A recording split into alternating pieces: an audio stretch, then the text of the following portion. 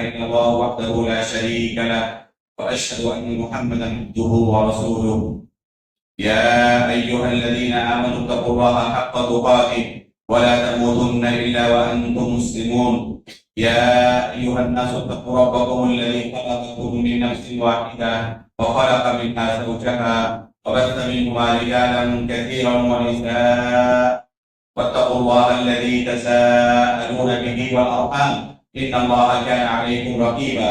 يا أيها الذين آمنوا اتقوا الله وقولوا قولا سديدا يصلح لكم أعمالكم ويغفر لكم ذنوبكم ومن يطع الله ورسوله فقد فاز.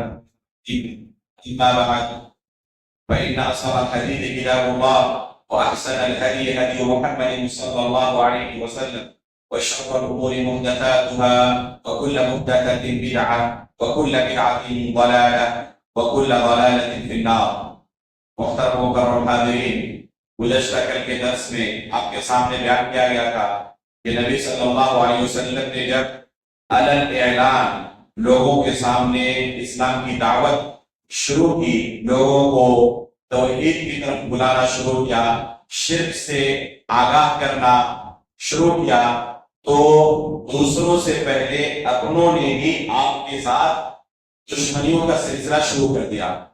انہوں نے آپ پر لعنتاں شروع کر دی، آپ پر تباہی اور بربادی کی بد دعائیں کرنے لگے، یہاں تک کہ آپ کے اوپر جھوٹے کے الزامات لگانے لگے، آپ کو جھوٹا، کذاب اور جادوگر، مجنون، پاگل اور نہ جانے کن کن جھوٹے القابات سے نوازا، یہاں تک کہ رسول اللہ صلی اللہ علیہ وسلم کو جانی طور پر بھی انہوں نے پریشان کرنا شروع کیا، جسمانی طور پر تکلیفیں بھی پہنچانے کی کوشش کی. چنانچہ رسول اللہ صلی اللہ علیہ وسلم ایک بار خانہ کعبہ کے اندر نماز پڑھ رہے تھے اور ابو جہل نے کوشش کی کہ اللہ کے رسول صلی اللہ علیہ وسلم کا گلا دبا دے، لیکن جبریل امین اور دوسرے فرشتوں کی وجہ سے وہ پیچھے بھاگ کھڑا ہوا. جب لوگوں نے پوچھا کہ کیا وجہ ہے، آپ بہت ہمت کے ساتھ آگے بڑھے تھے لیکن پیچھے کیوں بھاگ کھڑے ہوئے، تو کہا کہ جیسے ہی میں قریب پہنچا دیکھا محمد اور میرے درمیان ایک خندق ہے، گہرائی ہے جس میں آگ کھدک رہی ہے، جس وجہ سے میری ہمت نہیں ہوئی. اس کا تذکرہ اللہ رب العالمین نے قرآن کریم کے اندر بھی کیا. تو اس طرح سے دشمنوں کی طرف سے رسول اللہ صلی اللہ علیہ وسلم کو جسمانی تکلیف پہنچانے کی کوشش ہوئی، یہاں تک کہ عقبہ بن ابی معیط نام کا ایک سردار جو انتہائی خبیث تھا، رسول اللہ صلی اللہ علیہ وسلم کا ایک بار گلا گھونٹنے کی کوشش کی خانہ کعبہ کے اندر. اسی طریقے سے ایک بار کی بات ہے کہ مکہ کے جو سردار تھے انہوں نے خانہ کعبہ کے اندر آپس میں میٹنگ کی اور یہ طے کیا کہ سب ایک ساتھ مل کر رسول اللہ صلی اللہ علیہ وسلم کو قتل کریں. یہ خبر فاطمہ رضی اللہ تعالی عنہا نے اللہ کے رسول صلی اللہ علیہ وسلم کو خبر دی. اللہ کے رسول نے وضو کا پانی منگایا، وضو کیا اور جا کر ان کے سامنے اسی وقت خانہ کعبہ میں نماز ادا کی. کسی کی ہمت نہیں ہوئی آگے بڑھنے کی. تھوڑی دیر پہلے سب آپس میں مشورہ کر رہے تھے اللہ کے رسول کو ایک ساتھ قتل کرنے کی، طے بھی کر چکے تھے. اللہ کے رسول نے ہمت دکھاتے ہوئے ان کے سامنے جا کر خانہ کعبہ میں نماز ادا کی، لیکن اس قدر ان کے دلوں میں رعب بیٹھ گیا، کسی کی ہمت نہیں ہوئی آگے بڑھنے کی. نماز سے فارغ ہوئے، آپ نے ایک مٹھی مٹی اٹھایا اور ان کے چہرے پر مارا اور کہا شاہ کی موجود یہ سب کے سب تباہ و برباد ہو جائے. راوی حدیث کہتے ہیں کہ جن جن کے چہرے پر یہ مٹی لگی تھی سب کے سب بدر کے میدان میں، جنگ بدر میں سب کے سب قتل کیے گئے. تو ان لوگوں نے اپنی طرف سے رسول اللہ صلی اللہ علیہ وسلم کو پریشان کرنے کی کوشش کی، لیکن چونکہ رسول اللہ صلی اللہ علیہ وسلم کا خاندان سب سے اونچا خاندان تھا، جیسے کہ شروع میں ہم نے بیان کیا ہے، ابو طالب آپ صلی اللہ علیہ وسلم کے پیچھے تھے، بنو ہاشم آپ کے پیچھے کھڑا تھا. اس وجہ سے کسی کی جلدی ہمت نہیں ہوتی تھی اللہ کے رسول پر ہاتھ ڈالنے کی۔ اسی طرح ابوبکر صدیق رضی اللہ تعالیٰ عنہ کا معاملہ ہے۔ ابوبکر صدیق رضی اللہ تعالیٰ عنہ کا بھی خاندان بڑا اونچا خاندان تھا، اور اس وجہ سے لوگوں کی ہمت ان کے لوگوں کو نقصان پہنچاتی تھی جلدی نہیں ہوتی تھی کہ جیسے ہم ان کو نقصان پہنچائیں ان کے قبیلے سے بھی ہمیں لڑنا پڑے گا، اور ان کے قبیلے سے لڑنے کی ہمارے پاس ابھی طاقت نہیں ہے۔ اس وجہ سے اللہ کے رسول اور ابوبکر صدیق کو جلدی ہاتھ ڈالنے کی ہمت نہیں کرتے تھے۔ لیکن جو دوسرے صحابہ کرام تھے، خصوصاً جو غلام تھے، ان پر ظلم و ستم کے پہاڑ توڑنے لگے۔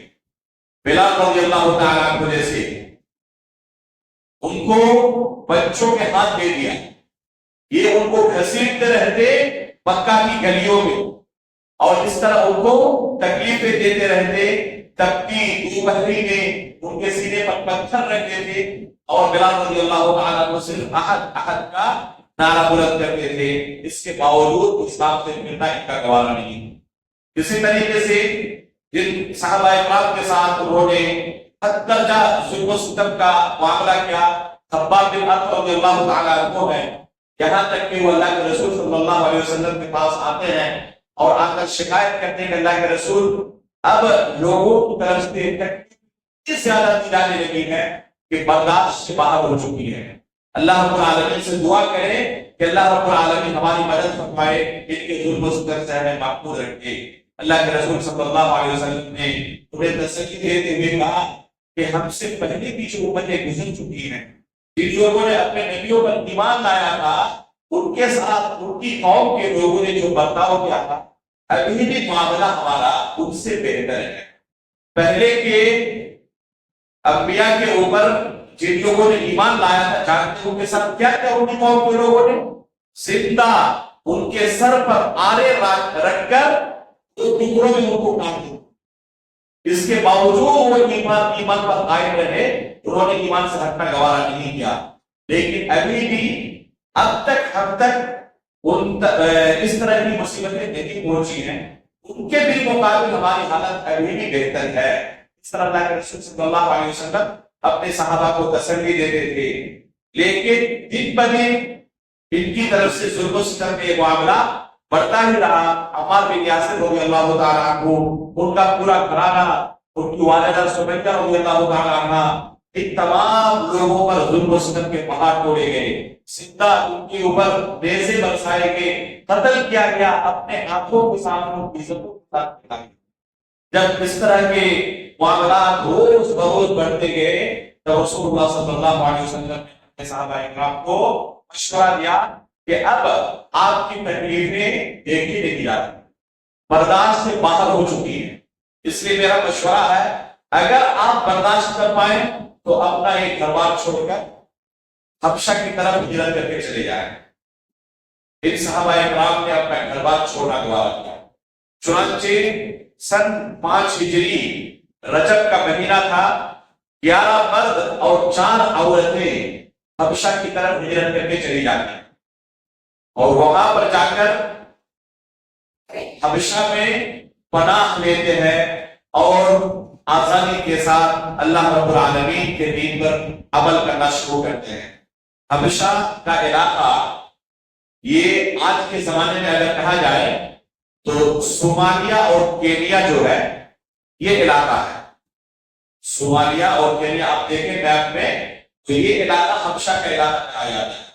ایتھوپیا آپ پائیں گے، صومالیہ کی جگہ پر انگریزی میں ایتھوپیا، عربی میں صومالیہ کہتے ہیں۔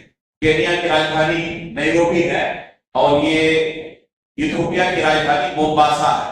اسی علاقے میں صحابہ اکرام جا کر اٹھے تھے اور یہیں پر انہیں پناہ ملی تھی۔ تو یہ علاقہ جو ہے یہ حبشہ کا علاقہ کہا جاتا ہے۔ صحابہ اکرام نے جو حبشہ کی طرف ہجرت کی تھی تو اسی ایتھوپیا کی طرف جو موجودہ ملک ہے اسی ملک کی طرف انہوں نے ہجرت کی تھی۔ اس کے بعد اللہ کے رسول صلی اللہ علیہ وسلم اور آپ کے صحابہ جو مکہ کے اندر موجود تھے وہ اتنی تکلیفوں کے باوجود دین کی دعوت مشہور رہے، لوگوں کو دین کی طرف دعوت دیتے رہے، یہاں تک کہ ایک واقعہ پیش ہوا۔ اللہ کے رسول صلی اللہ علیہ وسلم کی زندگی میں اللہ کے رسول خانہ کعبہ کے اندر نماز پڑھ رہے ہیں اور اس میں مغرب کی نماز میں جو قرآن کی آیتیں تلاوت کر رہے ہیں ان میں سابقہ قوموں کے ساتھ اللہ رب العالمین نے چھٹلانے والوں کے ساتھ کیسے نپٹا، ان کے اوپر اللہ رب العالمین کی طرف سے کیسے عذاب آیا اور کیسے اللہ رب العالمین نے انہیں عذاب سے دوچار کیا، ان واقعات کو اللہ کے رسول صلی اللہ علیہ وسلم مغرب کی نماز میں قرآن کی تلاوت کر رہے تھے اور پڑھ رہے تھے، اور وہاں پر جتنے مسلمان آپ کے پیچھے تھے اور کفار قریش جو وہاں پر موجود تھے، جب اللہ کے رسول صلی اللہ علیہ وسلم سجدہ تلاوت کے لیے سجدے میں گئے تو یہ کفار قریش بھی اللہ کے رسول کے ساتھ سجدے میں گئے۔ غالباً جب ان واقعات کو انہوں نے سنا کہ سابقہ قوموں کے ساتھ اللہ رب العالمین نے کس طرح برتاؤ کیا، ان پر اللہ کا عذاب کس طرح آ دبکا، تو یہ ڈر گئے اور دبدبے کی وجہ سے یہ سجدے کے اندر گر پڑے، خوف کی وجہ سے یہ سجدے کے اندر گر گئے۔ اس واقعے سے آس پاس کے علاقوں میں ایک خبر پھیل گئی، یہاں تک کہ یہ خبر حبشہ تک پہنچی کہ مکہ کے جو ہمارے دشمن تھے وہ اسلام قبول کر چکے، حالانکہ انہوں نے اسلام قبول نہیں کیا۔ جب یہ خبر انہوں نے سنی تو انہوں نے کہا کہ جب وہاں کے لوگ اسلام قبول کر چکے ہیں، وہ مسلمانوں کا ملک ہو چکا ہے، تو گھر بار چھوڑ کر اب باہر پڑے ہوئے ہیں، بہتر ہے کہ اپنے تو واپس ہو جائے۔ چنانچہ وہ واپس آ گئے، لیکن جب یہاں پہنچے مکہ تو پتا چلا کہ یہ خبر جھوٹی، یہ خبر سچی نہیں تھی، یہ بدستور اپنے پرانے ظلم و ستم پر قائم ہے، بلکہ اس سے زیادہ تکلیفیں ان کی بڑھ چکی ہیں، ان کی طرف سے مصیبتیں زیادہ بڑھ چکی ہیں۔ چنانچہ جب اس واقعے کو جھوٹا پایا تو انہوں نے پھر بہتر یہی سمجھا کہ ہم دوبارہ واپس حبشہ چلے جائیں، جہاں پر اطمینان کے ساتھ ہم اللہ رب العالمین کی عبادت کر رہے تھے۔ چنانچہ دوبارہ انہوں نے ان کے حبشہ کی طرف ہجرت کرنا گوارا کیا اور دوبارہ انہوں نے ہجرت کی ان کے حبشہ کی طرف۔ جب دوبارہ ہجرت کی تو اور بہت سارے صحابہ جب انہوں نے سنا کہ ان کے حبشہ میں جو ہجرت کر کے گئے تھے یہ وہاں امن و امان کے ساتھ اللہ رب العالمین کی عبادت کر رہے ہیں اور وہاں پر انہیں کوئی تکلیف نہیں پہنچا تھا، تو اس وجہ سے ان کے ساتھ ایک لمبی جماعت ہو گئی۔ جب یہ صحابہ کرام واپس آئے تھے کہ ہجرت کر کے دوبارہ جب حبشہ جانے لگے تو یہ صرف چند لوگ نہیں گئے واپس، بلکہ ان کے ساتھ صحابہ کرام کی ایک بڑی جماعت ہو گئی، یہاں تک کہ مردوں کی تعداد 82 ہو گئی اور عورتوں کی تعداد 18 ہو گئی۔ کل یہ 82 مرد اور 18 عورتیں، ان لوگوں نے دوبارہ ملک حبشہ کی طرف ہجرت کی۔ جب اتنی بڑی تعداد چلی گئی تو مکہ والوں کو فکر کی کہ اس طریقے سے تو اسلام جس کے پھلنے پھولنے سے ہی ہمیں شکایت ہے، ان سے تو اصل شکایت نہیں، یہ تو اپنے لوگ، اصل شکایت اسلام سے ہے کہ اسلام پھیلنے نہ پائے۔ اب تو یہ لوگ چلے گئے حبشہ، اب وہاں جا کر اسلام کا پرچار کریں گے اور عوام سے اللہ رب العالمین کے دین پر ایمان پر دین اسلام پر عمل کریں گے۔ تو ان کا ماتھا کھٹکا، انہوں نے آپس میں مشورہ کیا کیا کیا جائے۔ چنانچہ طے ہوا کہ 2 لوگوں کو بھیجا جائے تو وہاں کے بادشاہ کو بھڑکایا جائے ان کے خلاف اور پھر کسی طرح کو واپس مکہ لایا جائے، ان کو وہاں آرام سے رہنے نہ دیا جائے ورنہ اسلام پوری دنیا میں پھیل جائے۔ چنانچہ انہوں نے عمرو بن امیہ الضمری اور خالد بن سعید بن العاص عمرو بن عاص رضی اللہ تعالیٰ عنہ اور عبداللہ بن ابی ربیعہ کو، عمرو بن عاص رضی اللہ تعالیٰ عنہ جو اس وقت تک کافر تھے، بعد میں اسلام نے قبول کیا، اور کہا جاتا ہے کہ عمرو بن عاص رضی اللہ تعالیٰ عنہ انتہائی ماہر اور انتہائی ظہیر شخص تھے جنہیں دشمنان اسلام خصوصاً جن کے دلوں میں بغض ہے صحابہ اکرام کے تعلق سے، جیسے رافضہ ہے، شیعہ حضرات ہیں، یہاں تک کہ ان کی رہنمائی کرتے ہوئے اخوانی حضرات عمرو بن عاص رضی اللہ تعالیٰ عنہ کو کیا کہتے ہیں؟ امر عیار، نعوذ باللہ من ذالک۔ یہ جملہ ایک انسان کو کفر کے درجے تک پہنچا سکتا ہے۔ کسی صحابی رسول کو کوئی اس طرح گالی دے تو یہ گالی اسے اسلام سے بھی خارج کر سکتی ہے۔ تو حقیقت میں عمرو بن عاص رضی اللہ تعالیٰ عنہ کے انتہائی ذہین شخص تھے۔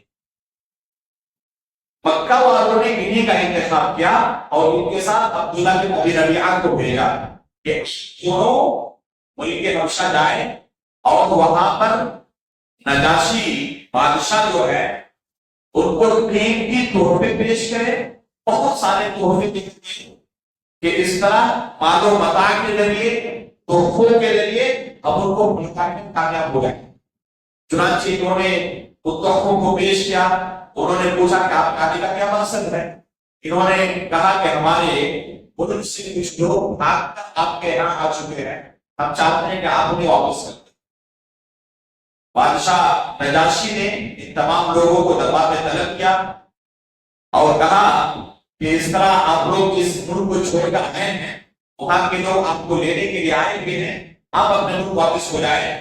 تو ان کی جانب سے جعفر طیار رضی اللہ تعالیٰ کو آگے بڑھے اور انہوں نے حسن سورہ احلام سے واپس کیا نجاشی بادشاہ کو کہ اے بادشاہ سلامت، ہم ایک زمانہ ایسا ہماری زندگی میں گزر چکا ہے کہ جو طاقتور ہوتے تھے وہ کمزور اور درمستقل تھے، حلال و حرام کی کوئی تمیز نہیں تھی، ہم انتہائی تاریکی کے اندر زندگی گزار رہے تھے، اس کو شرک کے اندر مبتلا تھے، لیکن اللہ رب العالمین نے ہمیں اسلام کی ہدایت دی اور پھر اخلاق حسنہ کی جو اللہ کے رسول صلی اللہ علیہ وسلم تعلیم دیتے ہیں ان تمام تعلیمات کو تفصیل کے ساتھ بیان کیا کہ اللہ کے رسول صلی اللہ علیہ وسلم نے ہمیں اس دین کی رہنمائی کی، اس دین کو قبول کیا جسے ہماری قوم کے لوگوں نے برداشت نہیں کیا، ہم نے ان کا کچھ نہیں بگاڑا، اس کے باوجود اس طریقے سے انہوں نے ہمیں ہم مجبور چھوڑ رہا ہے، شوق سے آ رہا ہے۔ جب اس حقیقت کو سنا نجاشی بادشاہ نے تو کہا کہ آپ لوگ یہاں رہ سکتے ہیں، اگر صورتحال یہ ہے تو آپ کو یہاں پر کوئی نقصان نہیں پہنچا سکتا۔ یہ لوگ چلے گئے اور یہ عمرو بن عاص اور عبداللہ بن ابی ربیعہ جو ان کو واپس لانے کے لیے گئے تھے یہ ہکا بکا رہے۔ پھر انہوں نے دوسرے دن نجاشی بادشاہ کو جا کر بھڑکانا شروع کیا کیونکہ یہ سب نصرانی تھے، کہا کہ آپ کے بھی ہم مذہب نہیں ہے، یہ لوگ وہ آپ کو بھی کافر کہتے ہیں جس طرح ہمیں کافر کہتے ہیں، وہ صرف اپنے آپ کو ہی ہدایت یافتہ شمار کرتے ہیں۔ اس طریقے سے ان کے مشاعر کے ساتھ، ان کے جذبات کے ساتھ اور کہا کہ اس کو اگر یقین نہ ہو تو بلا کر آپ اپنے نبی کے بارے میں، اپنے مذہب کے بارے میں اسے پوچھ نہیں، دیکھیں آپ کے بارے میں وہ کیا کہتے ہیں۔ تو یہ بدترین لوگ ہیں، یہ صرف ہمیں خدا نہیں کہتے، آپ کو ہوگا۔ اس طریقے سے کہتے ہیں نا دشمن کا دشمن دوست ہوتا ہے، تو وہ صرف ہمارے دشمن نہیں، آپ کے بھی دشمن ہے، وہ آپ کو بھی گمراہ کرتے ہیں، تو اس طرح ہم آپس میں دوستی کر سکتے ہیں، یہ ہم دونوں کے دشمن ہیں۔ جب اس طرح سے وہ لڑایا، جذبات سے کھیلا تو پھر دوبارہ بلایا اور کہا کہ عیسیٰ علیہ السلام کے بارے میں تمہاری کیا رائے ہے؟ جو قرآن کے اندر اللہ رب العالمین نے عیسیٰ علیہ السلام کے بارے میں نازل کیا، جعفر طیار رضی اللہ تعالیٰ عنہ نے وہی عقیدہ عیسیٰ علیہ السلام کے بارے میں بیان کر دیا کہ اللہ رب العالمین کی کلمہ ہے، روح ہے، مریم علیہ السلام کی طرف اللہ رب العالمین نے اس کرنے کو ڈالا، بغیر باپ کے اللہ رب العالمین نے انہیں پیدا کیا، وہ اللہ رب العالمین کے بیٹے نہیں ہے۔ جب اس عقیدے کو جو قرآن کے اندر عیسیٰ علیہ السلام کے متعلق موجود ہے بیان کیا نجاشی کے سامنے، تو نجاشی بادشاہ نے کہا کہ آپ نے جو بیان کیا نا عیسیٰ علیہ السلام کو متعلق، عیسیٰ علیہ السلام ایک انچ بھی نہ اس سے اوپر ہے نہ نیچے، یہی عیسیٰ علیہ السلام کا مقام مرتبہ۔ اب یہ مایوس ہو گئے کہ جس چیز کو ہتھیار بنا کر ہم بھڑکانا چاہتے تھے وہ بھی کامیاب نہیں ہو سکے۔ چنانچہ اس طرح یہ مایوس ہو کر وہاں سے واپس آئے اور مسلمانوں کو حبشہ کی صورت میں ایک اہم جگہ حفاظت کے طور پر مل گئی، وہاں پر یہ اللہ رب العالمین کے دین پر عمل کرتے رہے، اسلام کا پرچار کرتے رہے، لیکن وہاں کے لوگوں نے اسلام قبول کیا ایسی کوئی روایت نہیں ملتی۔ البتہ نجاشی بادشاہ نے اسلام قبول کر لیا، یہ بالکل سیدھی سنت سے موضوع ہے۔ چنانچہ رسول اللہ صلی اللہ علیہ وسلم نے جب نجاشی بادشاہ کی وفات ہوئی، اللہ رب العالمین نے اللہ کے رسول تک خبر پہنچائی وحی کے ذریعے۔ اللہ کے رسول صلی اللہ علیہ وسلم نکلے اپنے صحابہ کے ساتھ اور پھر غائبانہ طور پر ان کی نماز جنازہ پڑھائی۔ یہی حدیث، بس ایک حدیث ہے غائبانہ نماز جنازہ کے لیے۔ اللہ کے رسول صلی اللہ علیہ وسلم نے، صحابہ کرام نے اپنی پوری زندگی میں ایک مرتبہ صرف غائبانہ نماز جنازہ پڑھی ہے، نجاشی بادشاہ کا جو یہ واقعہ ہے۔ اسی وجہ سے نماز جنازہ غائبانہ کے متعلق کافی زیادہ علماء کے درمیان اختلاف پایا جاتا ہے کہ یہ مشروع ہے یا نہیں ہے، پڑھنا چاہیے یا نہیں پڑھنا چاہیے۔ جو لوگ کہتے ہیں پڑھنا چاہیے وہ اسی حدیث کو دلیل بناتے ہیں، اور جو کہتے ہیں نہیں پڑھنا چاہیے وہ کہتے ہیں یہ غائبانہ نماز نہیں تھی۔ کیوں؟ بعض روایات کے اندر ملتا ہے کہ اللہ کے رسول کے سامنے جنازے کو حاضر کیا گیا اور اللہ کے رسول نے نماز جنازہ پڑھائی، تو یہ حاضر تھا اللہ کے رسول کے سامنے جنازہ، غائبانہ نماز نہیں تھی۔ اسی حدیث سے دونوں ویسے ہوتا ہے۔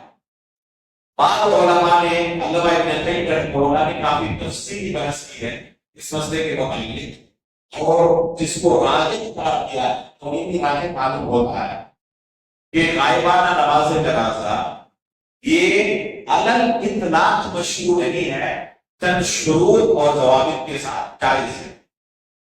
جیسے اگر کسی کی اسلام کے متعلق عظیم خدمات ہو اپنے زمانے میں، جیسے کہ بادشاہ نجاشی کی تھی، تو پڑھنے میں کوئی حرج نہیں ہے۔ اللہ کے رسول نے بادشاہ نجاشی جنہوں نے اسلام کی عظیم خدمت کی تھی، اپنے ملک میں مسلمانوں کو پناہ دی تھی، اس طرح کی عظیم خدمات اپنے زمانے میں کسی شخص کی ہو تو اس کی نماز جنازہ پڑھی جا سکتی ہے، کوئی حرج نہیں۔ البتہ عادت بنا لی جائے کسی کی بھی وفات ہو ہر ایک کے لیے، یہ طریقہ اللہ کے رسول کا۔ بہت سارے صحابہ کرام دوسری جگہوں پر فوت ہوئے، مکہ کے اندر بہت سارے صحابہ کرام تھے، وہ فوت ہوئے، اللہ کے رسول نے کبھی ان کی نماز جنازہ نہیں پڑھائی، بلکہ غزوہ موتا کے موقع پر خود اللہ کے رسول صلی اللہ علیہ وسلم نے خبر دی جعفر رضی اللہ تعالیٰ عنہ کے بارے میں اور آپ کے ساتھیوں کے بارے میں کہ فلاں شہید ہوئے، فلاں شہید ہوئے، فلاں شہید ہوئے، لیکن نماز جنازہ نہیں پڑھی۔ تو یہ شمار واقعات اللہ کے رسول کی زندگی میں پیش آئے ہیں، آپ نے کبھی کسی کی نماز جنازہ نہیں پڑھائی، صحابہ کرام سے یہ ثابت ہے۔ تو اس طرح عادت بنا لینا مناسب معلوم نہیں ہوگا۔ اگر کسی کی پڑھائی جائے جن کی اسلام کے اندر عظیم خدمات ہو تو گنجائش ہے، اپنے آپ میں اس طرح کی مسائل ہے، اور دونوں طرح کے اقوال ملتے ہیں۔ جو بھی جس علاقے میں عقل ہو تشدد نہیں برتنا چاہیے اس طرح کے مسائل میں، کیونکہ دلیل کی بنیاد پر یہ اختلاف ہے اور وجہات نظر کا اختلاف ہے۔ اس طرح کے مسائل میں ایک دوسرے کے اختلاف کو برداشت کرنا چاہیے، اس طرح کے مسائل کو ولا اور برا کا ذریعہ نہیں بنانا چاہیے۔ اس کے بعد رسول اللہ صلی اللہ علیہ وسلم کے یہ ساتھی جو حبشہ کی طرف ہجرت کر کے گئے تھے، یہ سب کے سب 7 ہجری میں خیبر، جنگ خیبر کے بعد، خیبر فتح ہونے کے بعد سب کے سب مدینہ میں، جب اللہ کے رسول صلی اللہ علیہ وسلم ہجرت کر کے مدینہ پہنچے اور ان کو خبر پہنچی کہ یہ سب کے سب ہجرت کر کے جا چکے ہیں اور مدینے کے اندر مسلمانوں کی حالت کافی مستحکم ہو چکی ہے. اب وہاں پر خطرہ نہیں ہے. خصوصاً غزوہ خندق کے بعد مسلمانوں کی حالت کافی اچھی ہو گئی. تو ان صحابہ کرام نے یہ فیصلہ کیا کہ اب ہمیں اللہ کے رسول کے ساتھ باقی زندگی گزارنی ہے. چنانچہ وہ سب کے سب واپس آ گئے اور آ کر اللہ کے رسول صلی اللہ علیہ وسلم کے ساتھ اسی خیبر کے میدان میں جا کر ملاقات کی. ابھی جنگ کے خیبر فتح کی گئی تھی کہ سب سے اللہ کے رسول کی ملاقات ہوئی. اسی موقع پر اللہ کے رسول نے کہا تھا کہ مجھے نہیں پتا جنگ خیبر کی فتح کی زیادہ مجھے خوشی ہے یا اپنے بھائیوں سے ملاقات کی زیادہ خوشی ہے تو ہمیں حبشہ سے واپس آئے. اسی موقع پر اسما بنت عمیس رضی اللہ تعالی عنہ سے عمر فاروق رضی اللہ تعالی عنہ کا مناقشہ ہوا تھا جو کہ بہت مشہور واقعہ ہے. اسما بنت عمیس رضی اللہ تعالی عنہ کو عمر فاروق رضی اللہ تعالی عنہ کہتے ہیں کہ ہجرت میں ہم آپ سے سبقت کر کے آپ کو خیبر کے موقع پر آئے. ہم کافی پہلے آپ سے ہجرت کر کے مدینہ آ چکے ہیں تو اس فضیلت کو ہم نے آپ سے پہلے عادت کر دیا. تو اسما رضی اللہ تعالی عنہ کہتی ہیں کہ قطعاً نے ہم آپ سے پہلے ہجرت کیے ہیں. ہم نے مکہ کے اندر ہجرت کی تھی حبشہ کے لیے. زندگی بھر اللہ کے رسول کے ساتھ آپ رہے, اللہ کے رسول کے ساتھ دین سیکھتے رہے, اللہ کے رسول آپ کی حفاظت کرتے رہے اور ہم ایک غیر ملک کے اندر وہاں پر ہم پڑے رہے صرف اسلام کی خاطر اللہ اور اس کے رسول کی محبت میں. تو ہم آپ سے ہجرت میں پیچھے نہیں رہے اور آپ نے کوئی ہم سے سبقت نہیں کی ہے. ہم آپ سے کہیں آگے اس ہجرت کے اندر سبقت نہیں کی. اللہ کے رسول صلی اللہ علیہ وسلم نے جب سنا تو اسما بنت عمیس رضی اللہ تعالیٰ عنہ کی اس بات کی تصدیق اور کہا کہ اے اصحاب السفینہ, اصحاب السفینہ مطلب کشتی والے جو کشتی سے ہجرت کر کے آئے تھے حبشہ سے پھر مدینہ, تو اے اصحاب السفینہ, اے کشتی والے, تم لوگوں کے لیے ایک ہجرت کی ڈبل ہجرت, ایک حبشہ کی طرف ایک مدینے کی طرف. ان لوگوں نے صرف ایک ہجرت کی ہے مدینے کی, تمہارے لیے ڈبل ہجرت کی ہے. تو جن لوگوں نے حبشہ کی طرف ہجرت کی تھی ان کی الگ ہی فضیلت ہے. رسول اللہ صلی اللہ علیہ وسلم کہ یہ ساتھی وہاں جا کر اس لمبی مدت تک رہے اور اللہ کے رسول صلی اللہ علیہ وسلم اور آپ کے بہت سارے ساتھی مکہ کے اندر بھی صبر کر کے وہاں رہے اور انہوں نے دین اسلام کا پرچار جاری رکھا یہاں تک کہ ایک اچھی خاصی تعداد اسلام کے اندر داخل ہو گئی. اور ہجرت حبشہ کے جب دوسری مرتبہ ہجرت ہوئی اس کے چند مہینوں کے بعد کہے یا چند وقفے کے بعد اللہ کے رسول صلی اللہ علیہ وسلم کی زندگی میں بہت بڑا حادثہ پیش ہوا جسے عام الحزن بھی کہا جاتا ہے, غم کا ساتھ. اللہ کے رسول صلی اللہ علیہ وسلم کے پیچھے ہمیشہ کھڑے رہنے والے دو اہم ساتھیوں نے آپ کا ساتھ چھوڑ دیا. ایک آپ کی زوج محترمہ خدیجہ رضی اللہ تعالیٰ عنہ, ان کی وفات ہو گئی اسلام کی حالت میں, اور دوسرے ابو طالب جو اللہ کے رسول کے ساتھ آخری سانس تک کھڑے رہے, ان کی بھی وفات ہو گئی. ان دونوں کی وفات سے رسول اللہ صلی اللہ علیہ وسلم کو کافی تکلیف پہنچی اور اللہ کے رسول صلی اللہ علیہ وسلم رہنے لگے. اسی وقت اللہ کے رسول کے ساتھ ایک بہت بڑا حادثہ پیش ہوا. مکہ والوں نے بنو ہاشم کے سامنے یہ مطالبہ رکھا کہ یا تو آپ محمد کو اس دعوت سے روکو, وہ اسلام کو پھیلانا بند کر دے, یا پھر آپ ان کو ہمارے حوالے کر دیں, آپ ان کے پیچھے نہ کھڑے رہیں. یہ ہم قبول اب نہیں کر سکتے کہ آپ ان کے پیچھے کھڑے بھی رہے اور وہ ہمارے معمولوں کو برا بھلا بھی کہتے ہیں. ایسا نہیں چل سکتا. اب ہم آپ سے مدد مقابل ہو چکے ہیں, اب آپ کو ہم برداشت نہیں کریں گے. آپ کے ایک طرف میں اللہ کے رسول کو ہم نے بہت دنوں تک چھیلا, لیکن وہ دعوت جاری رکھے ہوئے ہیں اور آپ ان کی حمایت کر رہے ہیں.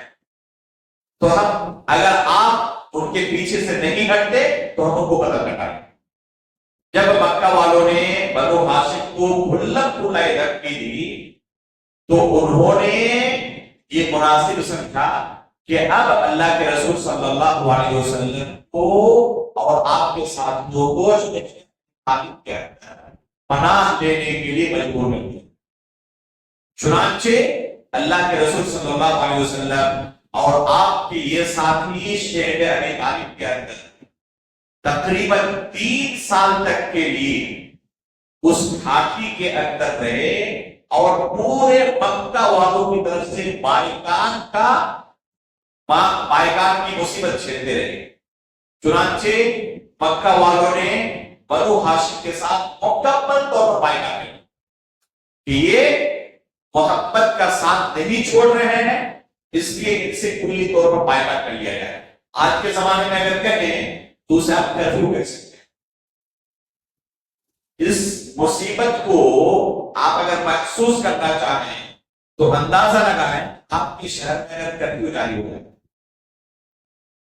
آپ کو دشمنوں کی طرف سے ڈر نہیں ہے، صرف یہ کہا جا رہا ہے کہ آپ گھر سے باہر نہیں، آپ اپنے گھر کے اندر آرام سے رہیں، کوئی آپ کو نقصان نہیں پہنچائے گا۔ تو کتنے دن تک آپ اس مصیبت میں رہ سکتے ہیں؟ جنہوں نے کرفیو کا مار جھیلا ہے، دیکھا ہے کرفیو کیا چیز ہوتی ہے، انہیں اچھی طرح پتا ہے۔ مولانا پنجر کے اندر جس وقت ہم لوگ پڑھ رہے تھے جامعہ اس کے اندر، میں جماعت اسلامیہ کا عالم تھا، چھوٹا بچہ تھا، اس وقت 21 دنوں کی کرفیو میں نے جھیلی ہے۔ ایک دن ایسا محسوس ہوتا تھا کہ 1 سال کے برابر ہے۔ جو کرفیو کی زندگی گزارے ہیں انہیں اچھی طرح پتا ہے کہ کرفیو کی زندگی کیا ہوتی ہے۔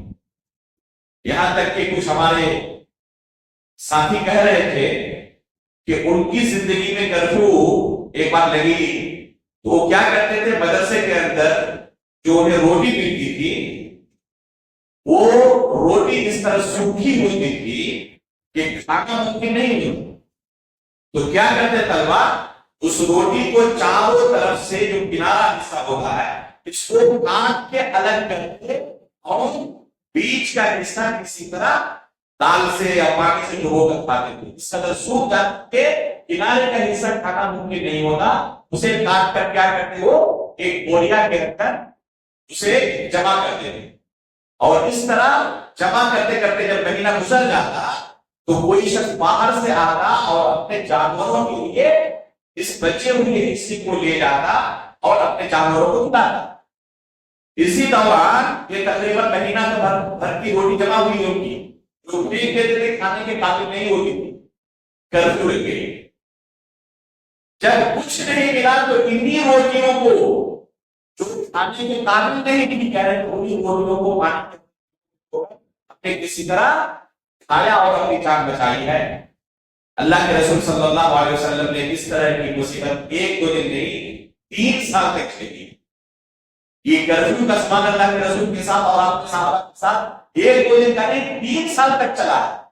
کھانے کے لیے کچھ نہیں ملتے، گھاس کھاتے، یہاں تک کہ کہا جاتا ہے کہ روایت کے اندر ملتا ہے کہ جس طرح بکری کے پاخانے ہوتے ہیں میگنی کی صورت میں، ان لوگوں کے پاخانے میں اور بکری کے پاخانے میں کوئی تمیز نہیں کر سکتا۔ یہ حالت پہنچ گئی تھی، درخت کے چھال کھا کر کھا کر انہوں نے کسی طرح اپنے آپ کو زندہ رکھا، اور پھر اس کے بعد اللہ رب العالمین کے فضل و کرم سے یہ معاہدہ ختم ہوا، اور پھر اس کے بعد اللہ کے رسول صلی اللہ علیہ وسلم آپ کے صحابہ اس گاؤں سے، اس شہر سے باہر نکلے اور آزادی کی سانس انہوں نے لی۔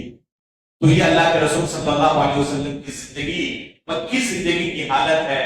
اس کے بعد اللہ کے رسول کی زندگی ایک بہت بڑا واقعہ پیش ہوا، اسراء اور معراج کی شکل میں جس میں 5 وقت کی نمازیں پڑھی گئی۔ اس واقعے کی تفصیل ابھی تک کے درس میں آپ کو سمجھ آئے گی، اور پھر اس کے بعد اللہ کے رسول کی زندگی کی جو تبدیلیاں، اور اس کے بعد اللہ کے رسول صلی اللہ علیہ وسلم نے مکے سے باہر تلاشی شروع کی کہ کیسے باہر جا کر اسلام کی دعوت پھیلائی جائے۔ اس کے لیے اللہ کے رسول ایک کی طرف مقابلہ کام نہیں تو پھر کوشش کیا کہ مدینے کے اندر یہ دعوت پھیلائی جائے، جہاں پر اللہ کے رسول کامیابی ملی، اور پھر اس کے بعد ہجرت کا واقعہ پیش آیا۔ انشاءاللہ یہ تمام تفصیلات آپ کے سامنے میں رکھنے کی کوشش کی جائے گی۔ اللہ رب العالمین سے دعا ہے کہ اللہ رب العالمین جن صحابہ کرام نے ہمارے لیے یہ قربانیاں برداشت کی اور اس طرح کی قربانیوں کو دے کر دین اسلام کو پہنچایا ہے۔